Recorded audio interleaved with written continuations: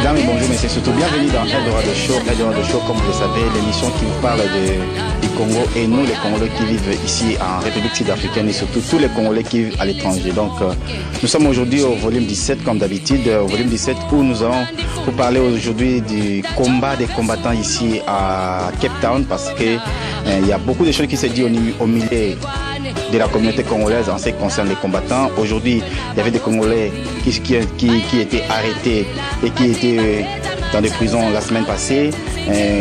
Qu'est-ce qui s'est passé exactement entre la communauté congolaise et les combattants, entre les combattants?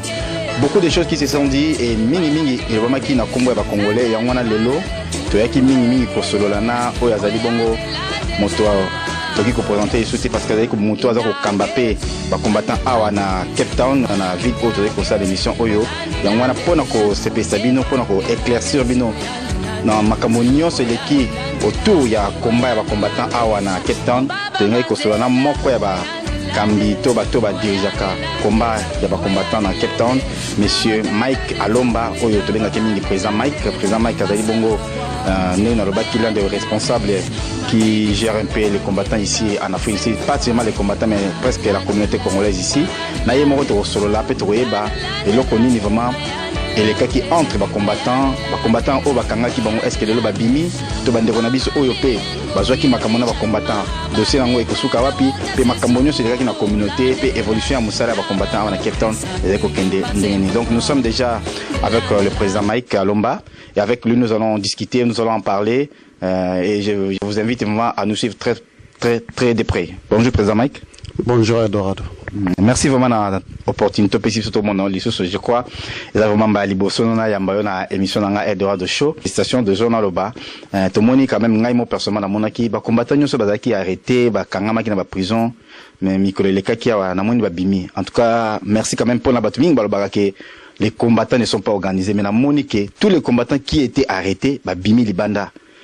En tout cas, merci d'abord na Moussa Bossali vraiment. Est-ce que pour na bato ba combattants ba organisé té olobi na banoni? Bon, ça dépend. Ce qui aux musica, c'est très difficile. Oye ba esika ndako ezotanga. Et ce qui balobi manque d'organisation, ce sont de bêtises. Contraire, c'est nous qui allons remercier toute la communauté congolaise de Western Cape parce que nous luttons non seulement au nom des individus, mais au nom de la majorité de tous les Congolais en Afrique du Sud, particulièrement à Western Cape, et puis la grande famille de la République démocratique du Congo. Oignon soit aida Kibiso d'une manière ou d'une autre. Nos frères sont à l'extérieur, alors, mais à culpa, merci beaucoup. Merci beaucoup, mais président Mike, qu'est-ce qui s'est passé au juste? Makamonge bandaki ndengeni tomona une dizaine de Congolais arrêtés, baleki na ba court awa to benga ngolo kwa baleki na ba tribunal. Makamonge bandaki ndengeni ni pe bokomaki na ndengeni. Eza vraiment makamoni elekaki entre les combattants parce que babi makambo ezaka ya bino moko ba combattant na kati ya ba combattant makambo eutaki euti libanda te euti na bandeko bazaka libanda na bino te mezaki makambo oyo esalami eza ba combattant bakangami par les combattants eza ndenge nini mpona ba testateur oyo ba misusu ba observateur bandaki makambo na musika na bandako na ba salon misusu bayokaki bato na ba interprétation ndenge na ndenge au juste qu'est-ce qui s'est passé au juste entre les combattants? Merci beaucoup pour la question. C'est une opportunité pour nous éclaircir l'opinion publique. Cape Town eza moko ya ba ville où ezali kobundela mboka Congo et c'est-à-dire que nous sommes en train de combattre une cause noble et dans cette lutte noble bandeko bazokufa sous le main à Hippolyte Kanambe et Cape Town totelema pe tokotika te jusqu'à ce que Congo serait libre.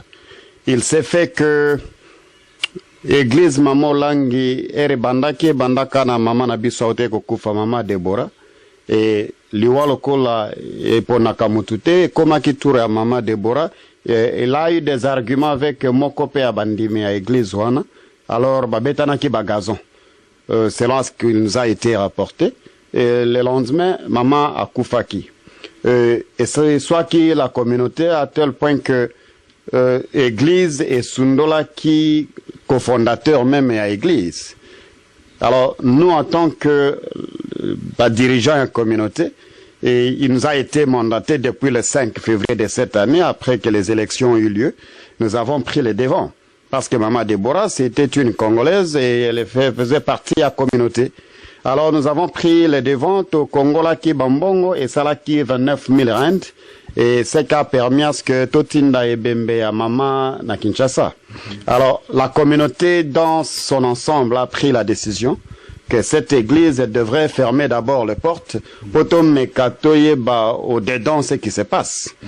Et l'église, les dirigeants ont pris conscience, ils ont dit que Mekaba approcher communauté pour Basolo. Alors, il s'est présenté à un groupe d'individus qui se sont prétendus que Bango Bazaba dirigeait la communauté congolaise. Alors, Bakutanaki na Bakambi à église à Mamolangue na primi piati na Waterfront. Alors, ils ont remis un paquet de 29 000 rand aux Mbongo communauté tout entière. Et Congolaki. Et en plus, na momana, Tokutanaki pe na liwa yande konabiso bols, na moi sine baota pe kouf, l'église a aussi contribué 2000. Et paquet salaki, 31 000. Cet argent, ces groupes d'individus, kabolaki entre eux. Alors, la nouvelle nous est parvenue. Il y a un groupe d'individus, Bazumbongo, il y a Maman Olangi, Kaboli entre eux. Ça nous a fait mal, mais Maman Deborah Otiko Koufa, Atikaki une jeune fille, Atikaki Mobali, pourquoi Baoka Zombongo on a été pour aider même l'enfant? Et si ça ne serait pas le cas, tous ceux qui peuvent aider à combattre na bisope bols, pourquoi ne pas que Zombongo on a aider que to s'il s'amatanga ya bols? Alors, ils n'ont pas de cœur, Bazombongo on a Kaboli entre eux. Pour raison d'investigation, on a laissé un laps de temps au Tobanda qui kosala d'investigation jusqu'à ce que nous avons trouvé le preuve. On a approché André Katakata, avant à Belleville, il y a RD Congo à danger, et il s'est expliqué de sa façon. Jusqu'à ce que nous sommes allés à Long Street pour voir le poumon Masikini. C'est lui qui nous a donné la liste.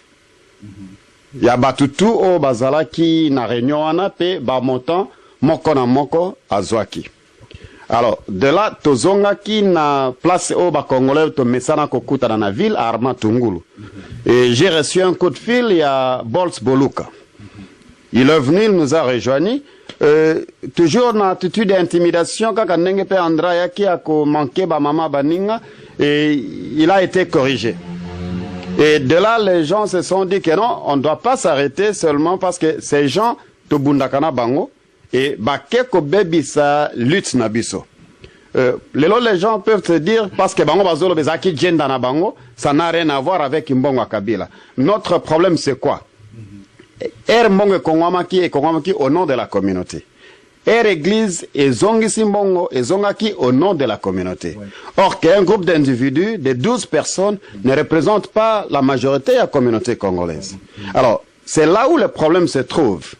Ce qui va qui bêtise na bango na combo na bango personnel, ça n'allait pas affecter la lutte au Bisotozo Bunda. Mais sali badjena na bango au nom de la communauté congolaise. Nakati président Mike Mebalwi ke bande kwana barbi ke bango ndi bakenda ko sala bakenda ko landa batu pona osala cotisation. Bango ndi bazaka les devant pona osenga bambongo na ba cotisation en cas il y a problème ya mwa peut-être ba récupérer ki mbongo na bango ndenge ba information ko mena ki biso. Ba récupérer ki bambongo parce que bango ba sala ba démarche ya ko senga bambongo wana. Na biti bane bazaka mandataire ko senga bambongo avant continuer. Alors, vous serez surpris que Nabatunyon Soana, Soko Talata na liste à cotisation, vous n'allez pas trouver leur nom. Et dans une organisation, c'est-à-dire que chaque individu a sa tâche où il a à accomplir. Ce qui est à niveau nanga, je ma tâche que j'ai accompli dans la communauté. Ce qui est un département mususu, baza na tâche où baza quoi accomplir. Ce qui va tout titolo que bango baza dans la collecte de fonds. Ce n'est pas un problème. Il devrait faire rapport à qui de droit. C'est-à-dire que tâche na bango, peut-être les a collecte. Alors il fallait que baya paie sa rapport. Mais du fait qu'ils n'ont pas fait rapport, c'est déjà la corruption, c'est déjà un côté flou. C'est pourquoi la communauté congolaise s'est appris à eux. Bon, ça prend dans la bango et les autres ceux qui a psycho. Il y a quelque chose que les gens oublient. Nul n'est au-dessus de la loi et nul n'est plus grand que l'autre dans la communauté. C'est la communauté qui est au-dessus de nous tous. Et peu importe mounene mouke o toza. Toza na ambrela obiso toza nango eza la communauté congolaise. Cette lutte ne va pas s'arrêter au nom de certains individus pour des intérêts précaire. Tozo Bundela, 61 millions de Congolaises et Congolais, au bazo souffrir sous le main de Kabila. Et tous ces gens, espoir na bango, et tikala na biso batu o toza na diaspora, et nous qui avons l'espace de nous exprimer, nous qui avons l'espace de faire certaines actions, pour éclaircir l'opinion publique, bah, réalité, zo le kanamboka. Alors, nous n'allons pas permettre que batu o biso to bunda kana bango, ba sala ka ba bêtise à non non. Ou que toute la masse est à la salie à cause d'un groupe d'individus. Et c'est pourquoi je dirais même que qui aime bien châtie bien. Ce sont des gens avec qui nous menons la lutte et ils se sont déroutés de réalité à lutte Nabiso. C'est pourquoi nous sommes après à eux. Rappelons que c'est l'émission Eldorado Show et l'émission Eldorado Show c'est une émission qui parle du Congo et les Congolais vivant à l'étranger. Donc, présentement, na cause de la question mon babi. Les premiers actes parce que un ba salon na banda ko bato musuto kota na bango to sula na bango ba responsable mingi ba papa ou ba zali na kati ya communauté ou ba yaka peut-être ko approcher musala bosala raté ba lui que s'il y a des problèmes c'est parce que les Congolais disons les combattants de Cape Town ne sont pas organisés. Est-ce que vraiment les lots tout le ballon dans le monde entier parce qu'il y a un problème autour à combat les combattants partout presque les combattants ne sont pas organisés les combattants ne sont pas organisés. Est-ce que les combattants de Cape Town par exemple ils sont organisés? Je venais de te le dire que nous sommes plus qu'organisés. Il y a eu les élections le 5 février de cette année même et il y a une comité ad hoc de 10 personnes qui nous travaillons en collège.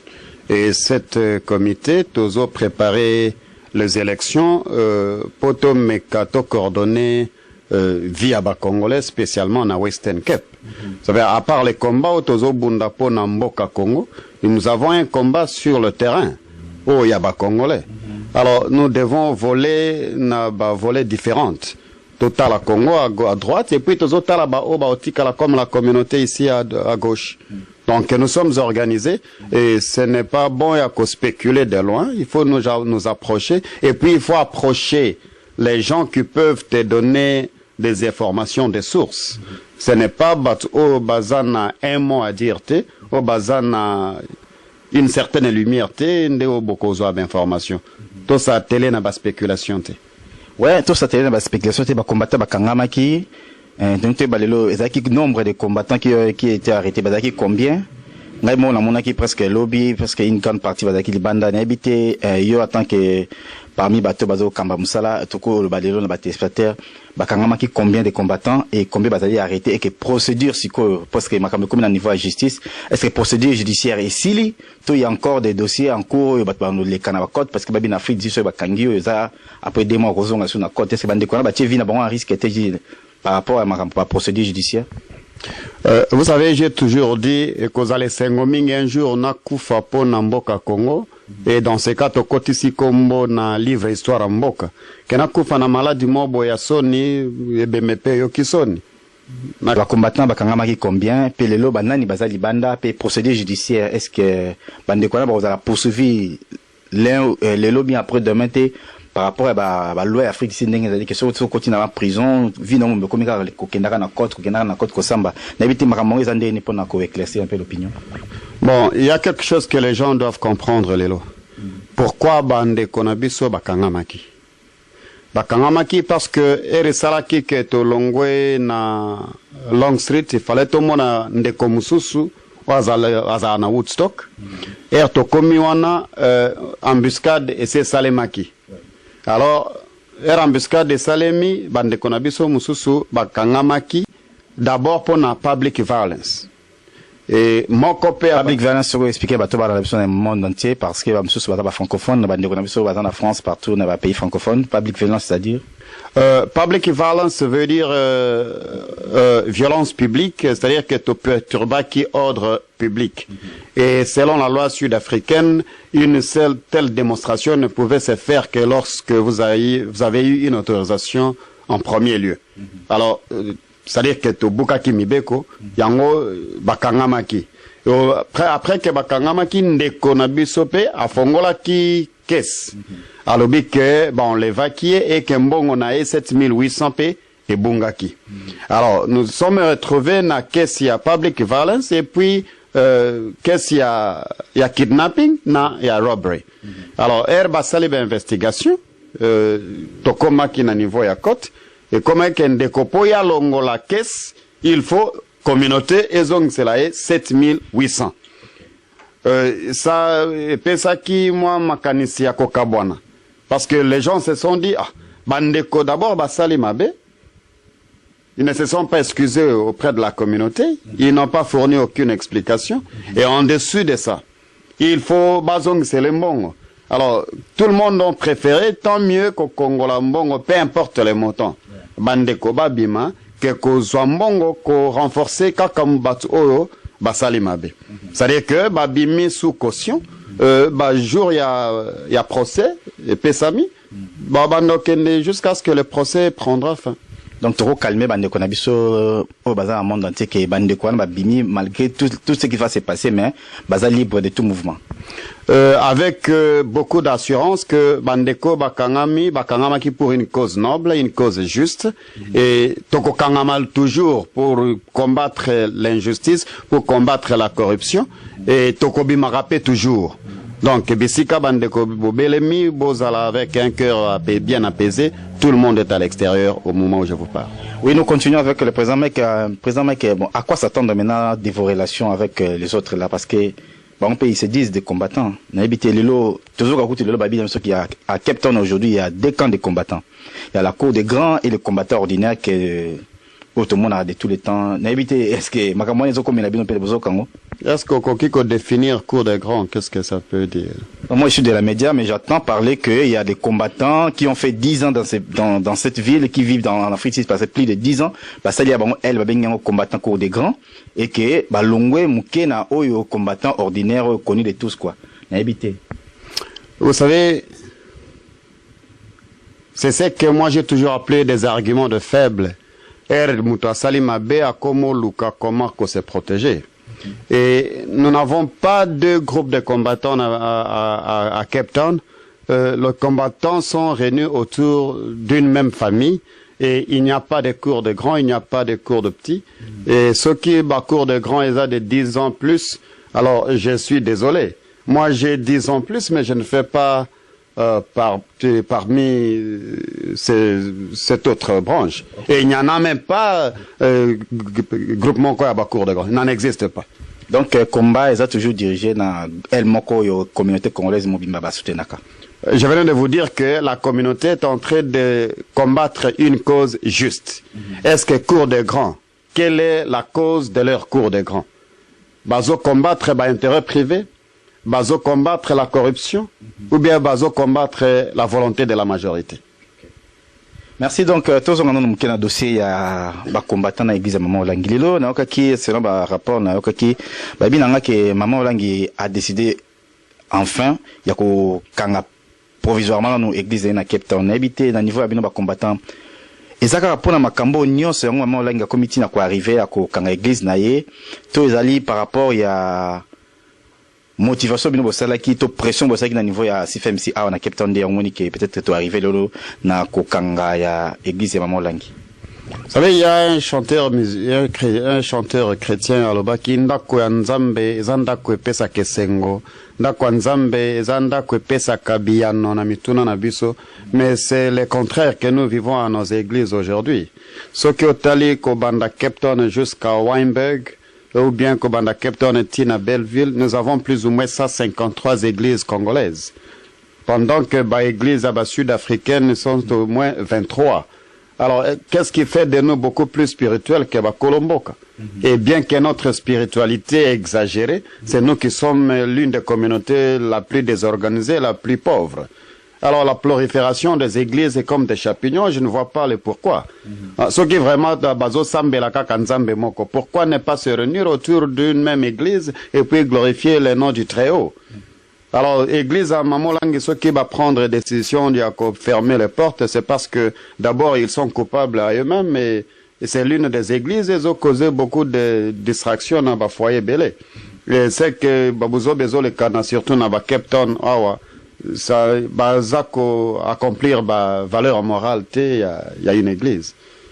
Mais maman Longi, maman Longi, est-ce que, parlons un peu de premier Mbongo, est-ce que Mbongo, tango batu ya communauté ya sifem si ba pesa ki mbongo na bande kozaki parce que ezaki contribution de tozo comme ça ezaki contribution mamalangto c'est les remboursements de toutes les dépenses comme vous avez dit de toutes les dépenses engagées par la communauté nde bango balinga kozongisa yango ce n'était pas la corruption pour église zonga kofunga parce qu'à l'époque tant mbongo ezalaki na ba discussion c'était comme si l'église était encore fermée.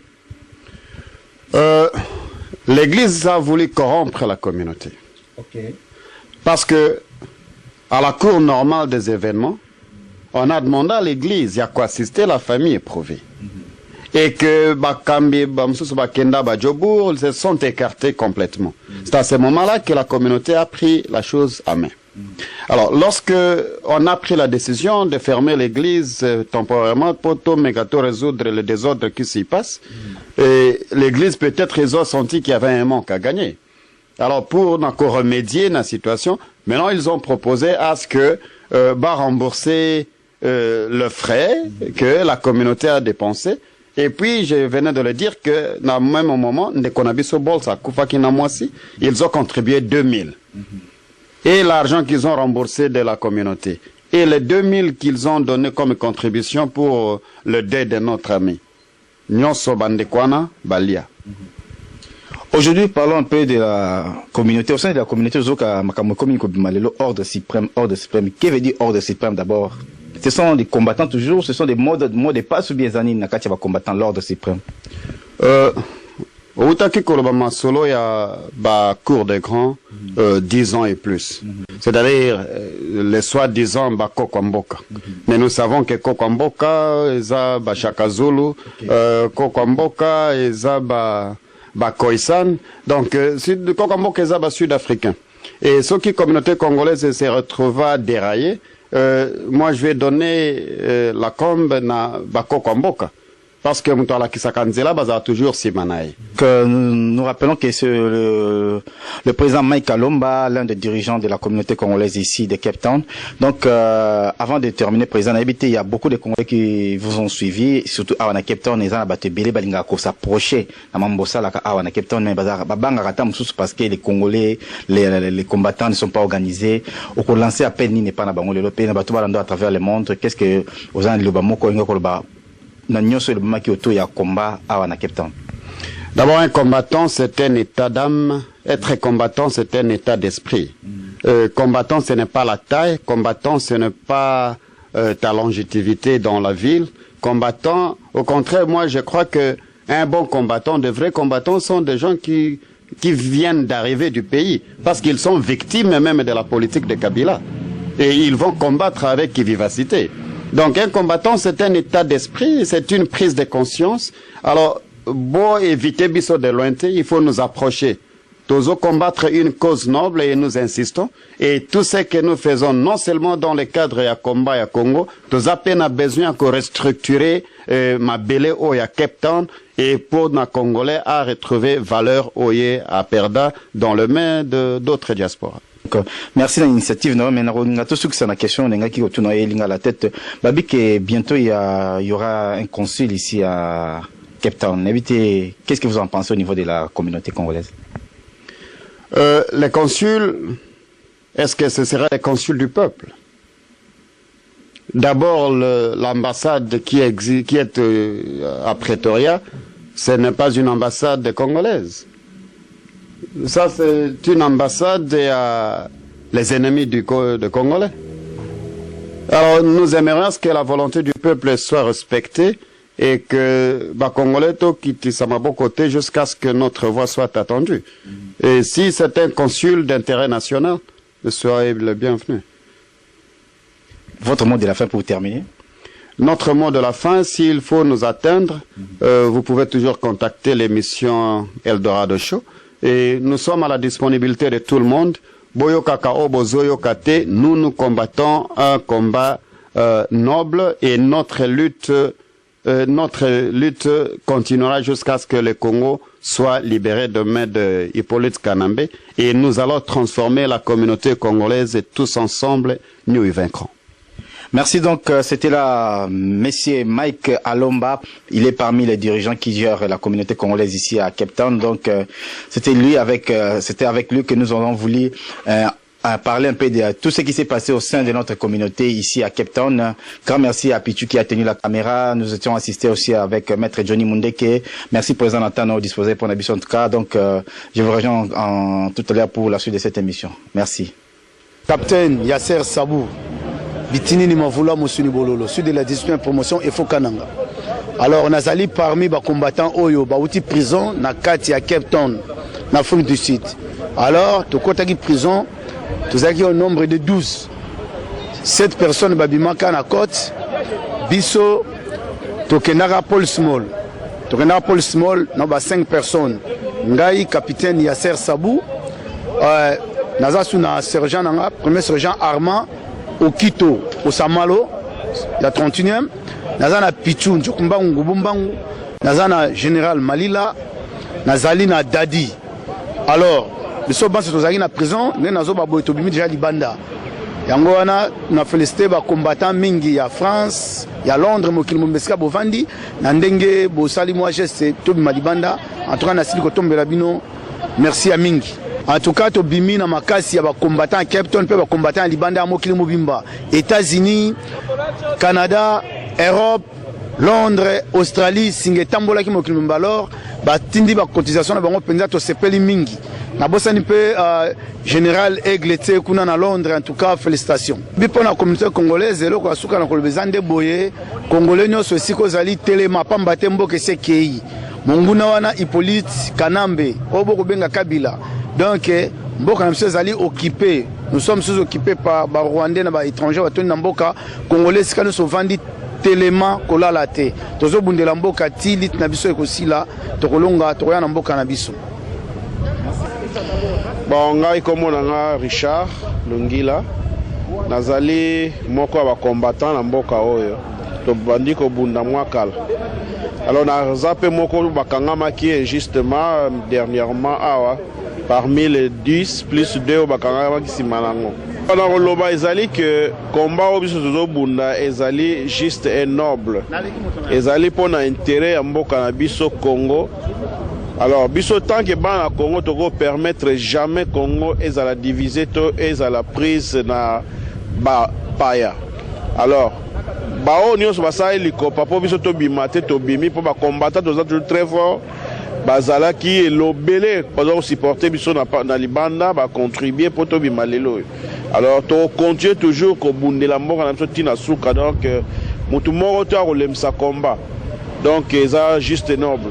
Mot de la fin eza que congolais nyonso azwa conscience na ye ayeba ke mabele na biso ezali motuya pona mboka na biso na bana tozobota bana ya bana na biso soki to perdre mabele tokozanga esika. Alors botelema oyo nyonso aza na doute oyo aza na retard ya penser que Congo peut-être makambo biso tozobundela tozosala baaventure c'est le moment atelema ayebisa pe oyo moninga oyo aza na conscience wana tayeba ke fo atelema mpo abundela mboka po barwandais baa na objectif moko na mindele na complicité po barécupere mboka na biso. Donc ingeta mpona bacombattant nyonso ya monde partout où vous êtes, soyons tous ensemble pour la réussite. Donc la victoire est certaine. Merci beaucoup. Comme on a ezali Jérôme Okito, nazalai parmi les 10 autres nazalai qui d'abord arrêté et ensuite de ça mi balé baro baksama lisusu. Bon, tozalai déjà libéré neti ngai na sukaki groupe na biso ya 7 to sukaki na niveau ya garde à vie na anglais ba benga ngo custody. Tosukai na niveau na mezana ba collègue na biso mususu combattant ba kendeti na niveau ya prison. Ouais. Na sai 48 heures. Bon procédure judiciaire ande eza boye omoni ba appel droit ezalaka ke soki ba appel nino yo procès ezali esalaka ke non ezo dépendre na ndenge juge azako lancer ba faire en prosecution. Na sens wana alors eza na ba mususu ba ko se présenter je crois bien le 23 et équipe mosusu na bosani date pour ba se présenter mais neti biso to bimaki sa caution ça nini puisque baba que notre troublé ordre public compte tenu to kende au sur na bandeko wana mais comme bango bazalaki vraiment na sens ya comprendre ce qui s'est passé te bakuma ko bundisa biso yango to réagissait dans le cadre de la légitime défense puisque comment se fait-il batu bazana erreur mais balni suba bima bayanke za raté quand même na fifo bat bay ba komikitisa d'après loi sud-africaine ezali que non après 6 mois extrait à casier judiciaire wana c'est-à-dire procès au ezala qui antécédent ceux qui après 6 mois on se comportait très bien et que na espace à 6 mois poursuite judiciaire monsieur salemité en ce moment-là au bako bossa na dossier wana extrait judiciaire na comme vierge. Mot de la fin est que non, en tout cas, nous sommes dans la diaspora congolaise partout dans le monde, to relâcher l'ITOT, puisque ça problème y a ma belle. Au moins, le problème à ma belle, c'est le moment est très important. Nous déplorer seulement les combattants oyo bazali, disons.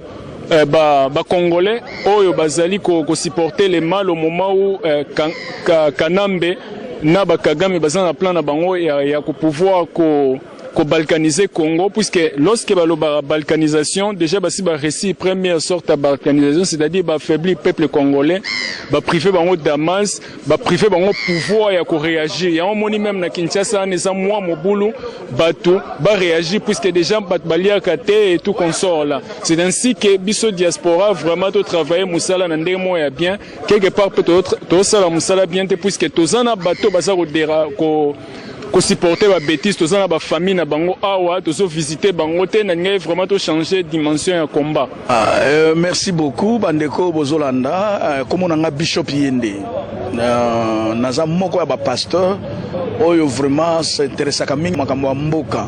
Alors bozomona ngai awa nazomi na place ya Armatungulu ba ndeko babengisaki ngai pona moi ba situation moko ebandai koleka pona bandeko oyo bo belé na communauté boyokaki ba zwaki mbongo e utaki pa na mama langue nde na yaki un peu pona ko intervenir ko solana bango omoni problème ko eza bandeko baliaki mbongo baza ba ennemi na bisote nde na yaki en tant que pasteur pona ko luka naza lokola pont et puis moi réconciliation nde bandeko ba confier ngai mon côté nazana bandeko mosusu il faut natala président na biso pasteur bienvenu natala docteur Eric Nkoto to sangana pe mo muke totala bandeko na biso oyo mosusu oyo ba lobike baliaki bambongo pona to luka to réconcilier bango to luka po moko ezonga komba na biso eza to kabwana te komba na biso eza to se distraire te tozana besoin ya masikini tozana besoin ikotela tozana besoin ya katakata tozana besoin bandeko wana nyonso tu voilà donc mission na biso eza to kutana bango to sana bango na kanisi tango donc solana bango to kozonga liso na media pona koyebisa bino comment biloko ni to solina bandeko vraiment kolo apambola biso liti na biso Congo sera libéré na kanisi très prochainement bokomona yango Nzambe a tchekinga na motema nazo organiser grande journée ya prière pour na Congo le 15 novembre. Le 15 novembre tozana hall ya Maitland grande journée à prière oyo tozobondela et puis tokosambela pona mboka na biso na côté na loba makambo oyo Nzambe atyenga na motema na invité pe moko ya bandeko na biso akwa ko agrémenter na action na croisade wana eza frère na biso ko utapoto frère na biso lokofe na sengi na bandeko ebele boya tokumisa Nzambe et puis tosambela ndenge na uti kolobawa Congo sera libéré.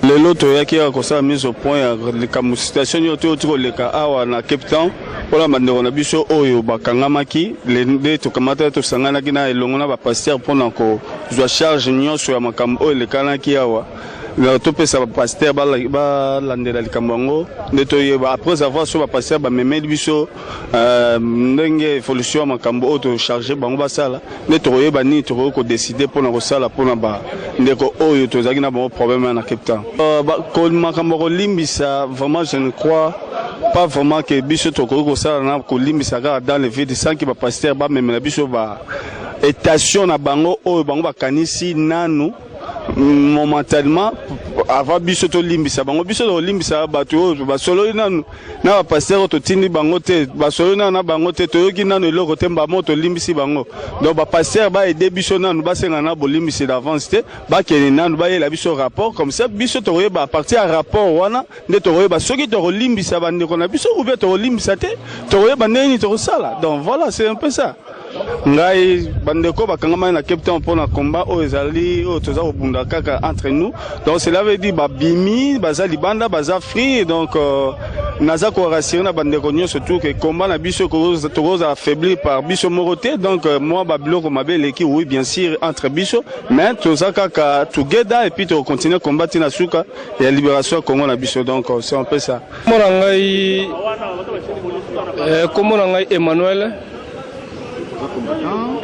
ya komona ngai Emmanuel naza combattre awa na Cape Town biso tosaki par tous les moyens ya bandeko na biso oyo bakangaki awa na Cape Town o bakangamaki plus ou moins na kesi ya moko ya biso ya combattant oyo boyebi ige i côté là na deux personnes moko boye Tupac bakangisaki na kesi ya boluka biso bato tozaki libanda tosaki par tous les efforts na présent na biso Mike puisque bakanga ki sous président Jérôme na liste ya batouana biso bato tozaki libanda plus ou moins ngai na présent Mike na mami tosaki par tous les efforts ko moyen ko organiser baloya pour balande pona balandela bandeko na biso oyo bakanga ki bango suka na mon effort ya présent Mike Nzambe alalaki te premier lot ezaki plus ou moins 7 personnes babimaki et sengo ezapena ya mingi surtout na bandeko oyo basungaki biso to sololi en tant que communauté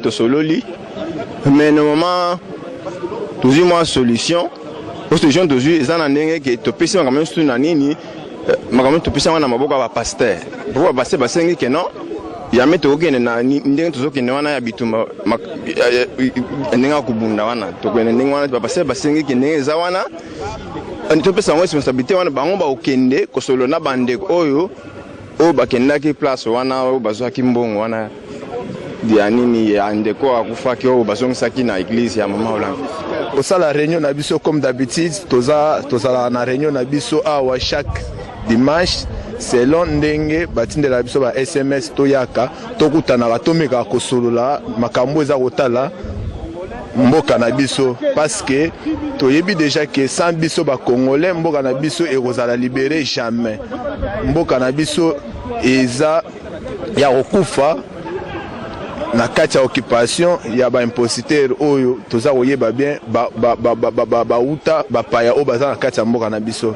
to ocho solola yango awa que Congo ekozala libéré jamais soki biso moko vraiment ba congolais toza kotelema te yango nde tozalaki awa tosololi toza continuer ka kosolola ka lisusu pona koyeba ka ke solution nini oyo tokoki kozuela mboka na biso pona kolibere yango nde naza kosenga mingi vraiment na diaspora congolaise congolais nyonso oyo ayebi ke aza congolais oyo mama papa na ye aza congolais d'ici là le 12 octobre mois oyo esili déjà toza déjà fin du mois lobi déjà tozobanda les premiers naza kosenga vraiment partout diaspora congolaise ba congolais bandeko na biso o ba congolais o bayebi ke mboka na biso eza ya kokufa batelema batindelaka bato ba SMS bato baza na Congo ba sensibiliser peuple congolais ayoka ayeba ke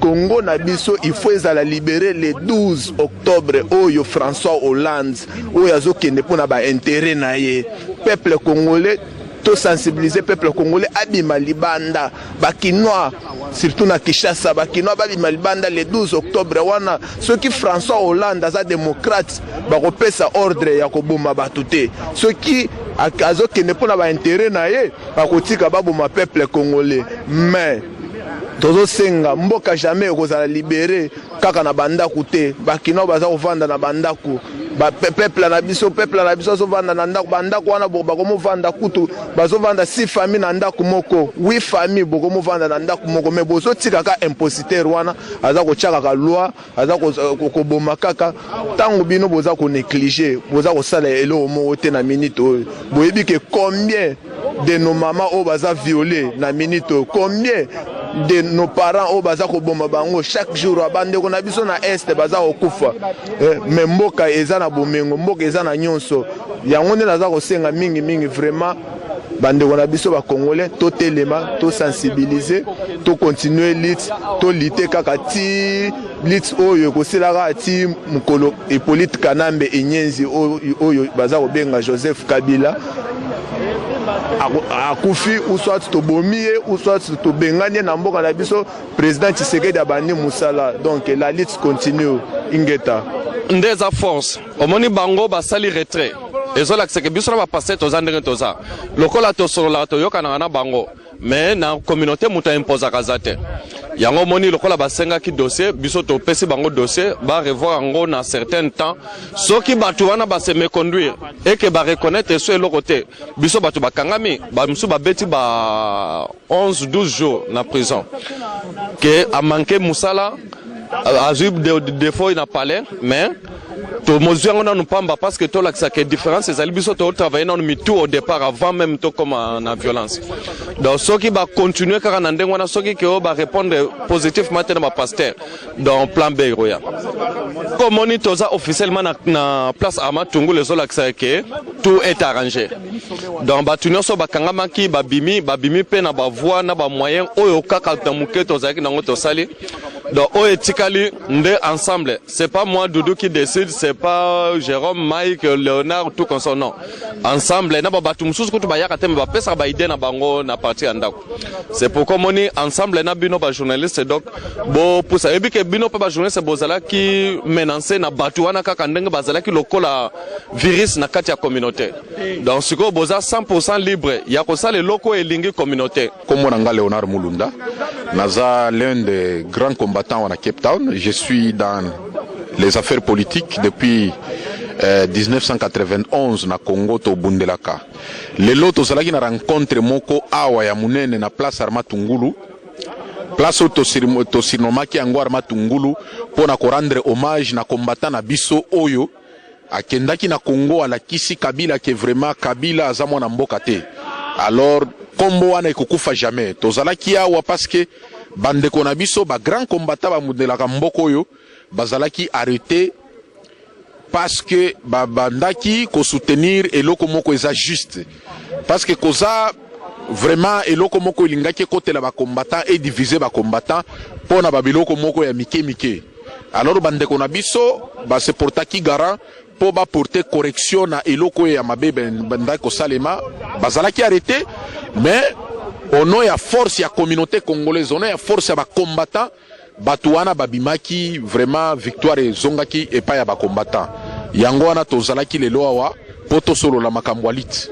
Merci beaucoup na question monsieur journaliste oyebi na lutte oyo nous avons besoin de tout le monde congolais nyonso ya bundelaka Congo quelles que soient les erreurs tozaka bandeko mais ba pasteur to utilisaka bango pe na lutte oyo parce que bango pe bazala na mayele baza batumoko spirituel alors ba pasteur ba lingi étape wana ya kosolola na bandeko na biso mususu wana bango bazwa charge wana bakende kosolola na bango to bengani mutu te na révolution babengaka mutu te mutu ye moko soki peut-être a trahir nde alongwaka ye moko selo mibeko ya révolution tozana kati ya révolution mais congolais nyonso oyo abundelaka Congo oyo ayebi ke Kanambe aza ennemi na biso il faut azonga na révolution to continuer na combat pour to faire partir Kanambe na mboka na biso zo sensibiliser ba congolais nyonso bayeba ke mboka na biso kei mais soki to télémité c'est comme si to yebisi Kanambe na Kagame wana basala eloko balingi basala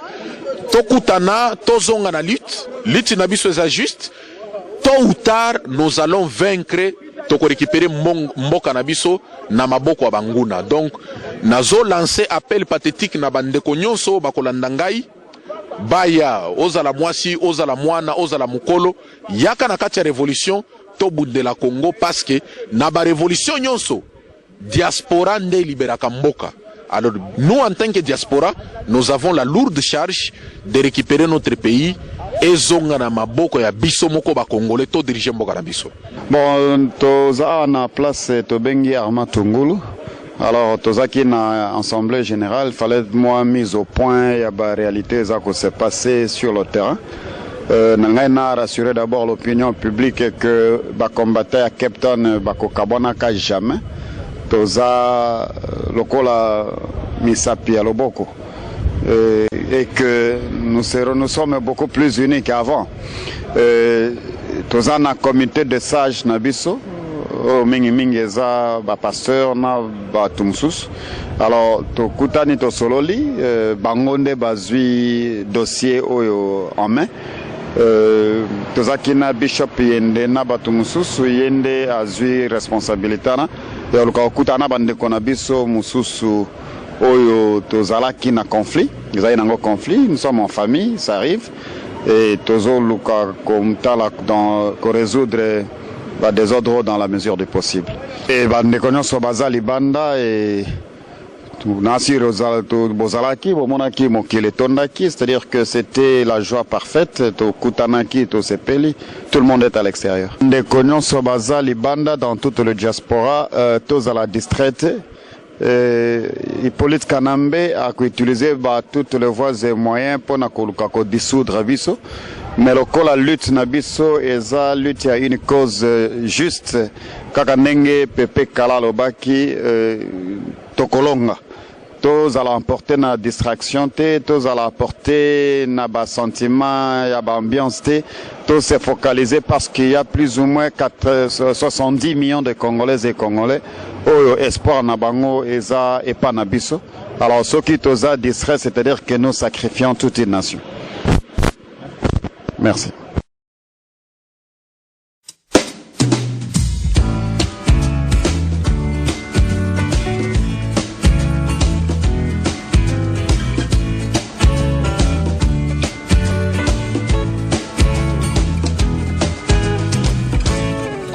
Ngaziyo la yasuka khona ufana nomuntu ongazi la yakhona amaqhawa kwantu siyaziqenya ngawo indake suyandilandela indake suyandilandela uthe kwani indake suyandilandela yandilandela uyandilandela ndibheke ngapha nangapha usemva kwami Mama Makleka, Helen Joseph, bayandilandela, bayandilandela, bayandilandela, uyandilandela, ndivala indlebe zami, yandisebenzela, Tata Mandela.